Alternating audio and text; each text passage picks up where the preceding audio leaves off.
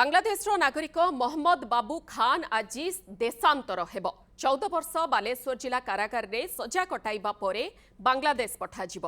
बाबू खान अवैध भाव में भारत में प्रवेश करिबा परे बालेश्वर रे आसी विभिन्न अपराधिक कार्य रे लिप्त रहुथिला।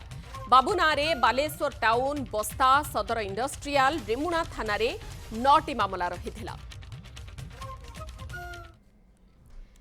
बाबू खान नारे अनेक गुड़िए मामला रहिथिला। 14 वर्ष बालेश्वर जेल रे से सजा काटुथिला एवं जहां वर्तमान समय सूचना बांग्लादेश नागरिक मोहम्मद बाबू खान को आज देशांतर कराजिबो। 14 वर्ष बालेश्वर जिला कारागार रे सजा काटिबा परे ताकू बांग्लादेश पठाई दियाजिबो। ए संपर्क रे अधिक सूचना देबा पई उत्तर ओडिशा मुख्य सर्वेश्वर नाथ आम सहित रहुछंती। सर्वेश्वर कोन रहुछे अधिक तथ्य ए बाबद रे? देखो मधु जो आप कहले सी अनुप्रवेश कर भारत पलि आसाला पासपोर्ट की वीसा किसी नथिला। 2007 मसीह बालेश्वर पुलिस गिरफ्त करी कोर्ट चालान करथिला कि तार माने विचार चलैबा परे 2012 मसीह से दोषी साब्यस्त होगा पर 14 वर्ष जेल दंड रे दंडित होइतिला। माने तीनोटी डकैत केस माने निशा द्रव्य चालान एवं विभिन्न मामला से दोषी साब्यस्त होइतिले। बालेश्वर अतिरिक्त जिला जज 2012 मसीह दोषी साब्यस्त करथिले। तापर से बालेश्वर जिला कारागार से सजा काटुथिले। गत एप्रिल मास 8 तारिख दिन सजार मियाद पूरी जाइतिला।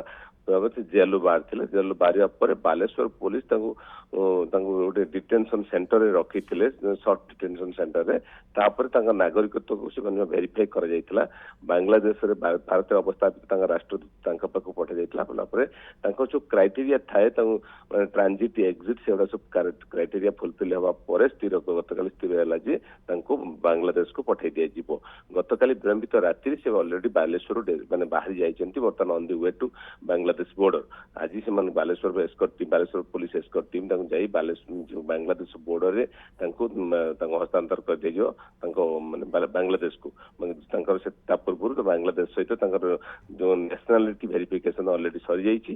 बर्तमान बांग्लादेश ग्रहण करनब कि केवल बाबू खान नुहे एमती एकाधिक बांग्लादेशी माने बालेश्वर भद्रक अंचल अच्छा केन्द्रापड़ा अच्छा जो मान कि पूर्व क्विट इंडिया नोटिस दी भारत छाड़ी पलि जावाई कि केतेक पाखे माने जदिव भारत छाड़ नोटिस दी जाइए पुणी सहित आधार कार्ड अच्छी रेशन कार्ड अच्छी एवं अनेक समस्या रही कि जेहेतु जड़े गोटे पेशादार अपराधी थिला एकाधिक मामला जोटा कि माने बालेश्वर बस्ता रेमुणा आदि थाना तार 9टी मामला था। 2007 पुलिस गिरफ्त कला बेल मिल ना तेणु एट टाइम 3टी डकैत केस था। डकैत केस गुरुतर केस 2012 मसीह तार विचार सर माने कन्विक्शन हो 14 वर्ष जेल दंड भोगवा पर जो जेल मुकुला पुलिस जेल मुकुला पुणी धरिकी डिटेंशन सेंटर रखी जो क्राइटेरिया रही नेशनलिटी वेरिफिकेशन सरिया पर जो संपूर्ण काम सरिया पर गतकाली बालेश्वर पुलिस जेहेतु अनेक गुड़िए मामला रही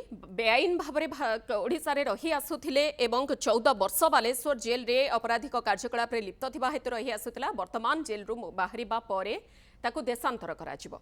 बहुत बहुत धन्यवाद सर्वेश्वर नाथ उत्तर ओडिशा मुख्य सहित रही जे संपर्क में अधिक सूचना रखुले। तेज ए बाबद पुलिस प्रतिक्रिया कौन रही आसतु शुणा। देखो से मोहम्मद बाबू खान नाम जड़े बांग्लादेशी 2002 मसीह से बिना पासपोर्ट बिना भिसा आम इंडिया भितर को एंट्री करते ये इंडिया भितर रहा भितर 2002 मसीह आरंभ कर 2007 मसीहा पर्यंत से विभिन्न प्रकार अपराध लिप्त थे। यथा भारत को बिना पासपोर्ट भिसा प्रवेश अनुप्रवेश करवा ये विभिन्न डकैती केस 3टा डकैती केस एवं मादक द्रव्य चोरा चालान तथा एनडीपीएस केस ये सब से प्राय 9टी केस इनवल्व थी भारत भितर विभिन्न केस गिरफ्त कराई कोर्ट फरवर्ड करा जो आम पाराफानिया अच्छी जो नेशनलिटी वेरिफिकेशन एवं अन्य जो deputy high commissioner people's republic of Bangladesh verification report travel permit exit permit ये सब आम हासिल कर सारापर सब प्रक्रिया शेष हो आम आसंता काली आम बांग्लादेश को प्रत्यावर्तन से करेंगे और से आम एस्कॉर्ट पार्टी पुलिस पार्टी नहीं बांग्लादेश सीमार विदाय देकर आसवे।